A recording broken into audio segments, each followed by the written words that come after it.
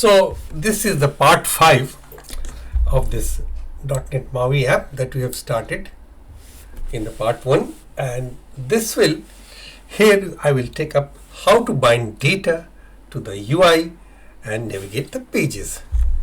Now this portion, this is very interesting and important part because it will discuss the concept of views, models and in-app navigation. Now in the previous steps of the tutorial, we have added 2 pages to the project, that is a note page and an about page. The pages represent a view of the data.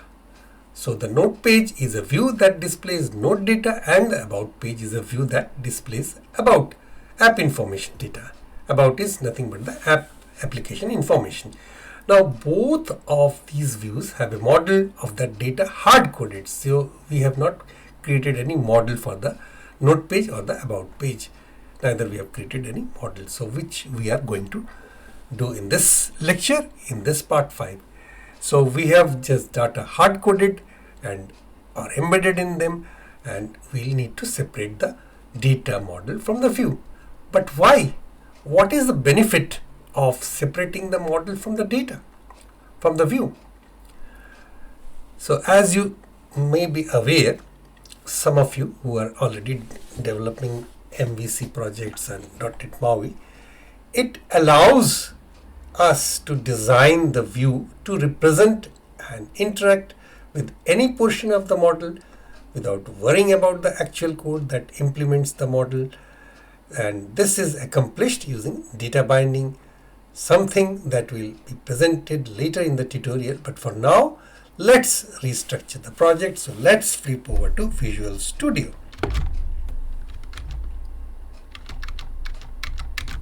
So this is our notes project that we left last time in the part 4.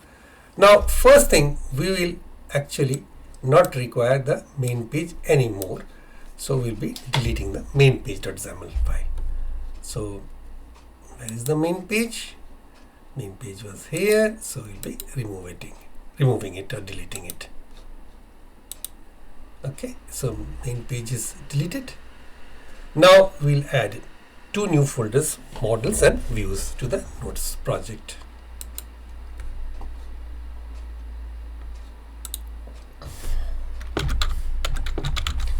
So models folder and the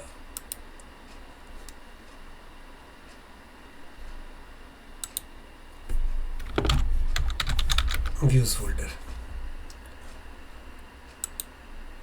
So models and views. Currently there is nothing, and we are soon going to write some files, first with the models. Okay, now we'll have to, what we'll do, and first of all, we have already created this about page.xaml and note page, so we'll move them to the views folder. So this operation might take a long time, just okay, doesn't matter. And adjust namespace for moved files, no, because we'll do it ourselves. And also this about page, similar process of moving the file to the views folder. So okay, and no, adjust namespace for moved files, no. Okay, now next we'll update the view namespace. Now that the views have been moved to the views folder, we will need to update the namespaces to match. The namespaces for the XAML and the code behind files for the page is set to notes. Now this needs to be updated to notes.views.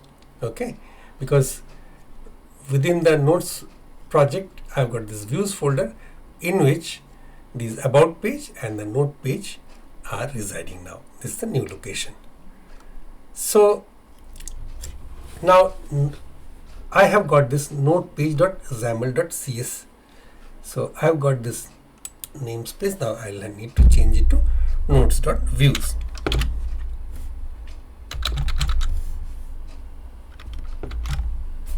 All right.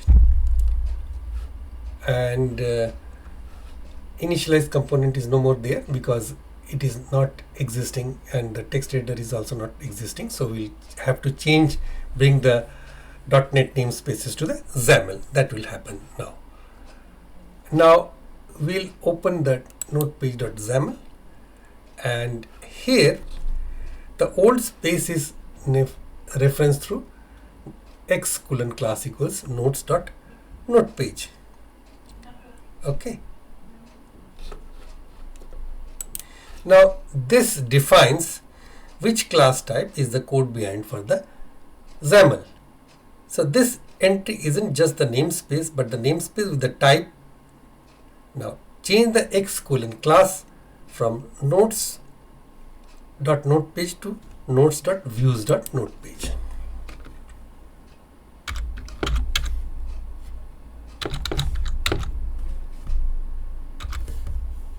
And save it. Okay. Now this process will have to be repeated with about page. So notes.views.about page. Now I'll have to fix the namespace reference in the shell class also. App_shell.xml is open now. Now here you can see that XML namespace local equals CLR hyphen namespace colon nodes. So this local, actually this is the XML namespace which corresponds to the .NET namespace in the code behind file. Okay, so we have already seen that for the note page also and the about page we have changed the namespace to actually be notes.views, and for about page also we have seen it that we have not done it, notes.views. Okay. Alright, so now because this app shell class, it contains the two tabs, one for note and another for about, one for notes, another for the about. So and this local namespace is actually, it was reserved for if the item is on the root level, which it is not. So we will actually change this to make it another namespace. Here it is views, and in this views this is notes.views. Notes.views. All right. So a .NET namespace is imported into the XAML through the XML namespace declaration, and in this previous before we changed it to views, it was local. It was the attribute in the root element shell. The format of declaring an XML namespace to import a .NET namespace in the same assembly is like, it is this format. So XML namespace colon, this is XML namespace name. It could be local, it could be global, it could be views, anything that you can think. But I have chosen the name views because it is within the views folder.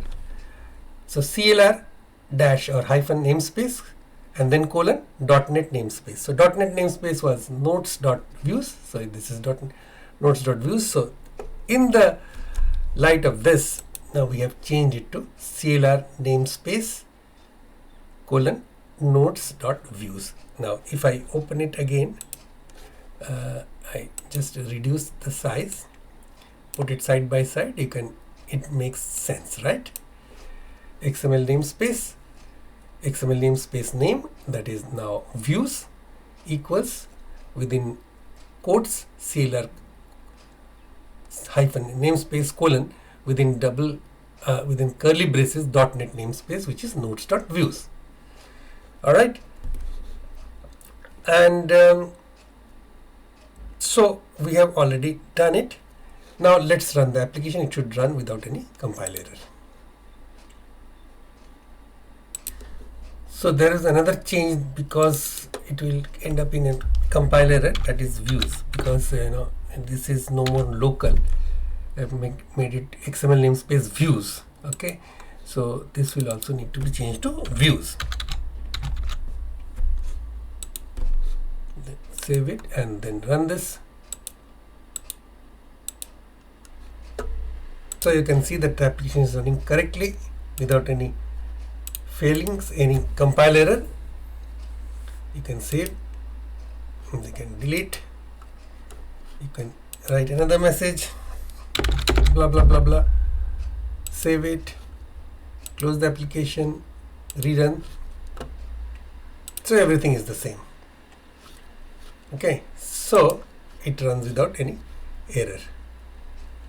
I hope this part is understood, how we change the namespace in the .NET namespace, and how did we change the corresponding namespace, CLR namespace in the XAML file for the note page and the about page to reflect those changes while we move the file to the views folder, and how did we reflect those changes so that the app shell works correctly, because it contains the two tabs for the note page and the about page.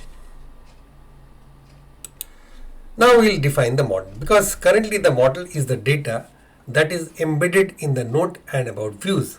We will create new classes to represent that data. So we will separate the data from the views. Okay, separation of concern it will address. So first the model to represent a note pages data. So we will create two files, add class note class, internal class note. I will go with the internal class, no issues, because internal is the access modifier in C#, that is internal to the within the assembly. It is accessible. It is as good as a public, but if you just wish it to be accessed within the same assembly, so it is internal to this assembly or in the project. So I will paste the code from my clipboard, which I have done to save time. So we have got three properties: file name, text, and date time type date. Okay, so we save this, just indent it a little bit. I could change the access modifier to public also, no harm, but this is the minimum access that is required for this class note. Now about pages model also need to be created. So click on add class,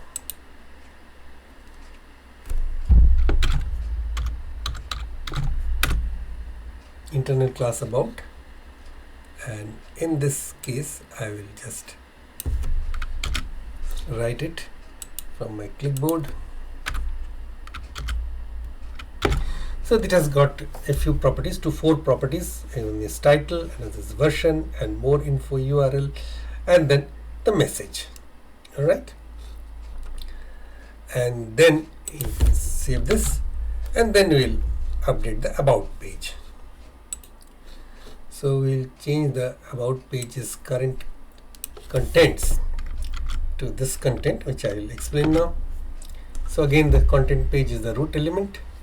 It has got XML namespace models. Now I've created a models namespace on the XAML side, which is actually calling nodes.models on the code side, because if you look into this nodes.views, that also needs to be changed to nodes.models.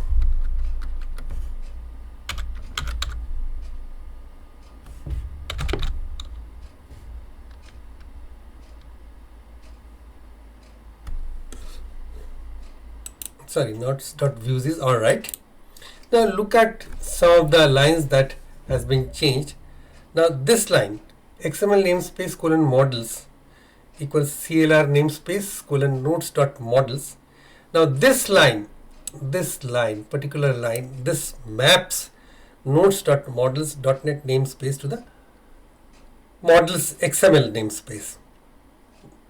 Okay, nodes.models, this is the nodes.models namespace to the XML namespace. And here some new concepts are being introduced. Content page.binding context.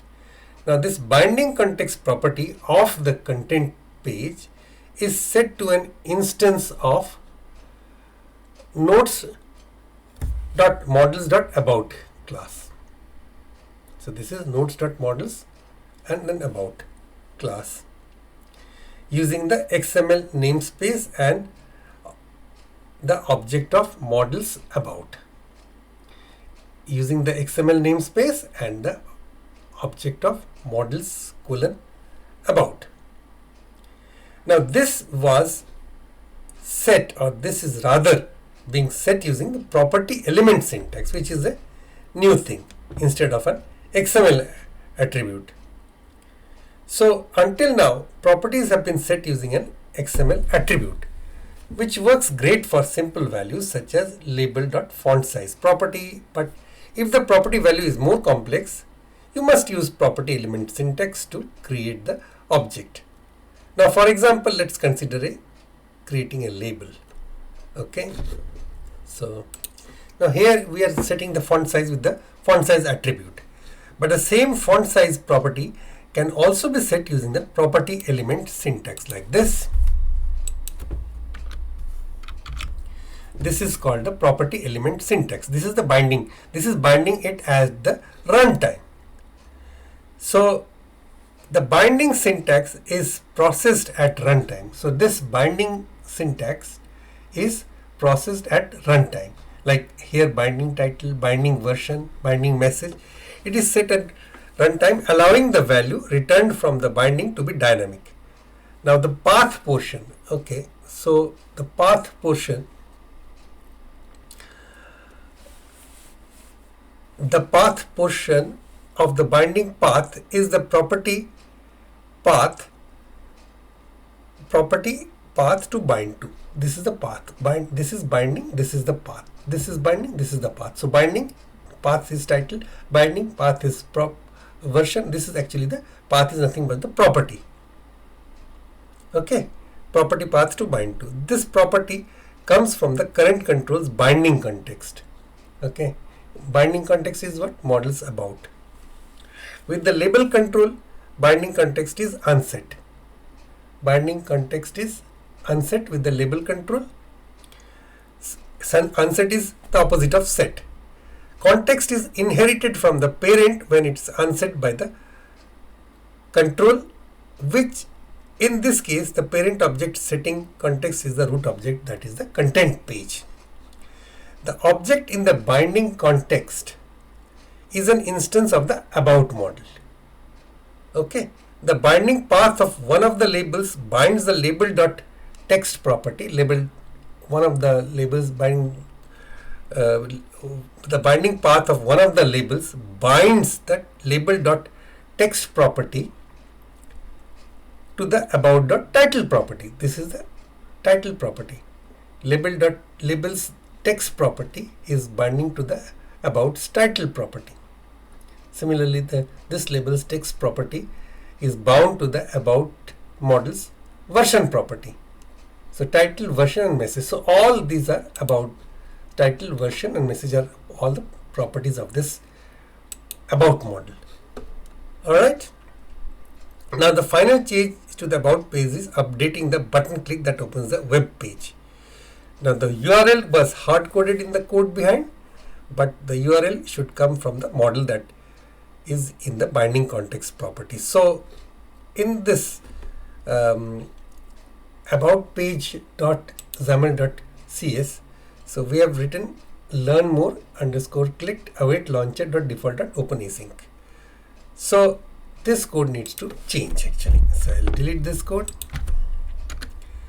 and instead of this code I will actually put this code. So here you can see if the binding context is models.about. Okay, so in the model folders about class, and this is denoted by this object about. Then await on launcher.default.open asynchronously about.info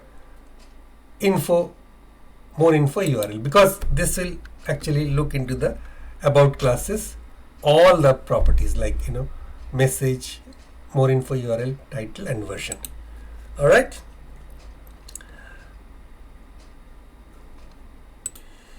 Now we have just seen that the foregone discussion, the foregone section, we have discussed the about page was bound to the about model. Now we will do the same binding the node view to the node model. However, in this case the model won't be created in XAML but will be provided in the code behind in the next few steps. So we'll open nodepage.xaml file, nodepage.xaml file, and here I'll make a small change. Here placeholder, enter your message. Okay, so here I will put the text attribute as binding text.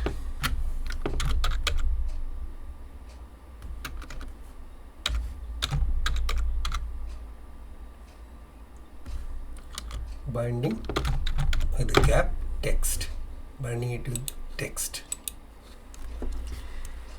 Okay, rest are all the same. This modification for the code behind are more complicated than the XAML. The current code is loading the file content in the constructor and then setting it directly to the text editor property. Okay, so let's open the node page code, nodepage.xaml.cs. Now the current code is looking like this. Initialize component. If file.exists file name, then text editor, you are assigning to the text editor the value after reading it from the file.read.text file name. Okay. Now instead of loading the node in the constructor, we will create a new load node method. And what this load node method will do? This method will accept a file name parameter, create a new node model and set the file name, and if the file exists, load its content into the model. If the file exists, update the model with the data the file was created and set the binding context of the page to the model. So this are the few things that it will do, and let's create the load node method.